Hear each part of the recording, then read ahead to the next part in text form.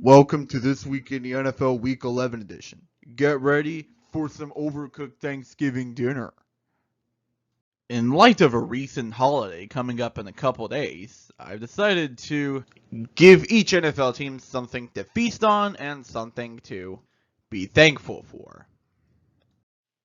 Titans, you get to feast on something. You feast on false hope that Ryan Tannehill is actually a good quarterback with shredded cheese on top. The shredded cheese is the Packers defense. Packers, you get to be thankful that you finally found a receiver for Aaron Rodgers this late into his career. That's right, Christian Watson finally decided to blossom into his number one target. Better late than never, I assume. The Saints get to feast on fine mutton. That's right, for the first time in ages, the Saints have finally won a game. Didn't think they had it in them. Rejoice this, boys, because it will be one of the few victories we'll ever get in the near future. As for the Rams, be thankful for that Super Bowl victory of yours last year in the NFL, because I don't think you're going to win anymore with this current roster. What should you two get? I know. What the heck? Okay, it really snows a lot in Buffalo, doesn't it? Quick, move this thing to Detroit before we get snowed in permanently. There, that's better. You two shall feast on Detroit style pizza and be thankful that the Lions let you stay over at their place. Heck, you don't even have to move back to your old home yet because Thursday you play the Lions here. So the Bills should also be thankful that they get a free win on Thanksgiving. But then again, that may not be a free win because the Lions are feasting on a 3-game winning streak. I mean, I can understand beating the Packers and Bears, but the Giants are supposed to be our heroes this year. The Giants should be thankful that, they're still a pretty promising team. Yeah, I got nothing for this.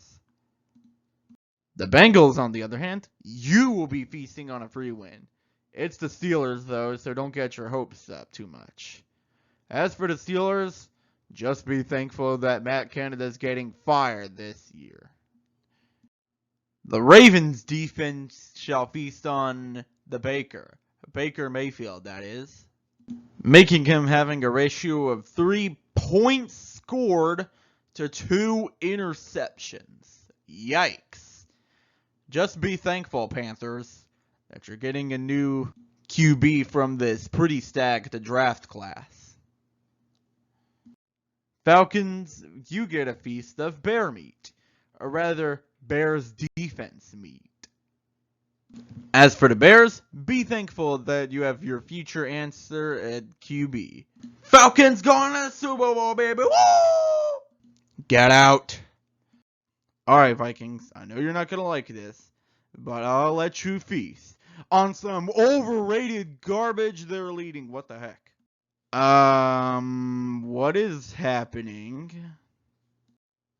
This feels like a dream. Is this an error? What the heck just happened? How about them Cowboys is permanently canceled after that performance? What the heck was that, Minnesota? You have nothing to be thankful for. Just wallow in your misery already while the Cowboys are going to the Super Bowl. Incredible. Just incredible. I don't think I've ever seen the Cowboys' hopes be higher ever. For the Cowboys, feast. Just feast.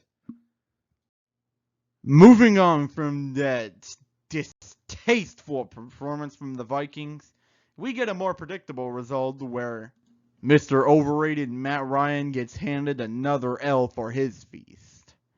As for the Eagles, be thankful that you're back in the win column. But you still lost to the Commanders. Washington, be thankful that you have your future answer in quarterback. Taylor Heinicke. Yes, seriously, Taylor Heinicke. What has this NFL become?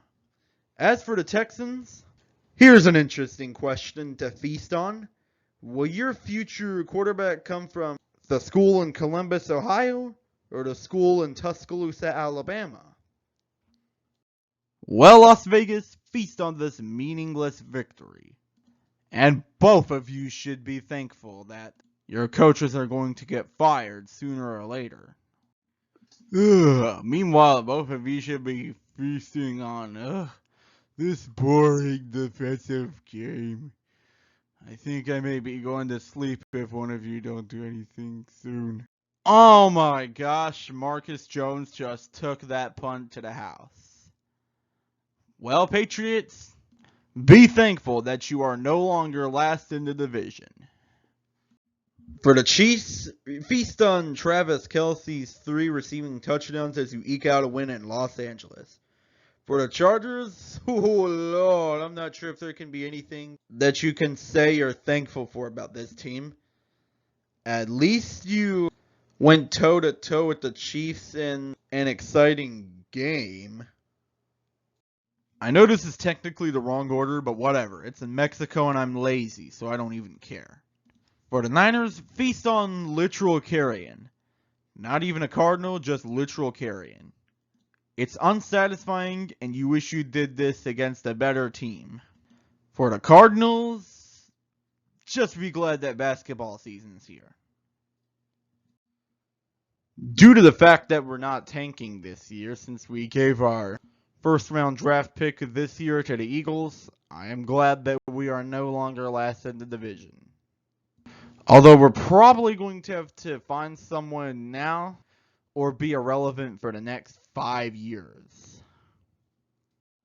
The San Francisco 49ers technically lead this division. I still think the Seahawks are the best team in the division, though.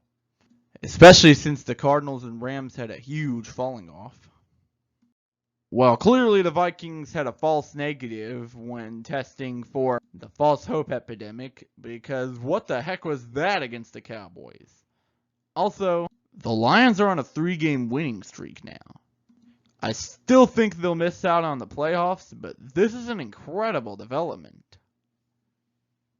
That's sure to keep the head coaching job for another year. Great, this thing has been hacked twice now. First by the Commanders, and now by Dallas. Somehow I've got to keep my computer secure. No, I'm not going to do a sponsorship just yet. Just when the time is right. Ah, formality. How I've missed you. When I could always count on the Jets being last in this division by a thin margin. Okay, maybe it's not quite normal yet, but still, we're getting there. Well, the Titans are now not claiming this division by default, and instead are just claiming it by straight up skill. And also because everyone is trash, because one team just moved off the chart while the other two are really close to being there. If there's one thing to be thankful for as a Browns fan this season, it's that we're not the Steelers. We're trash, we know, but we're not the Steelers. Still kind of sucks that the Ravens are leading the division, though. Hooray! The Raiders are back on the chart. It took beating the Russell Wilson-led Broncos, but it's there nonetheless. I'm not going to make any let's ride jokes anymore, by the way, because they're trash now. I'm just beating a dead horse at this point. And Kansas City still leads the division by a wide margin. And after 9 minutes of medium quality content, here comes the outro. Ready to give you even more medium quality content and updates. The Trojans play their biggest game ever at Jonesboro, Arkansas. If we win that game, we're going to the Sun Belt Conference Championship for the first time in program history. We won the Sun Belt in years before the Sun Belt Conference Championship, by the way. The only one that's even in contention right now for the Sun Belt Conference Championship is South Alabama, which, yeah, we don't talk about that. The Browns play Tom Brady and his Bucks. Meanwhile, the Saints play the 49ers. Both are must-win games if we want any hope of going to the playoffs. And that should do it. Thanks for watching, guys. Be sure to like, subscribe, comment, ring the bell, and share. And don't forget to be thankful this holiday week. And I'll see you next time. Matthew chapter 7, verses 7 and 8. Keep on asking, and you will receive what you ask for. Keep on seeking, and you will find. Keep on knocking, and the door will be opened to you. For everyone who asks receives. Everyone who seeks finds. And to everyone who knocks, the door will be opened.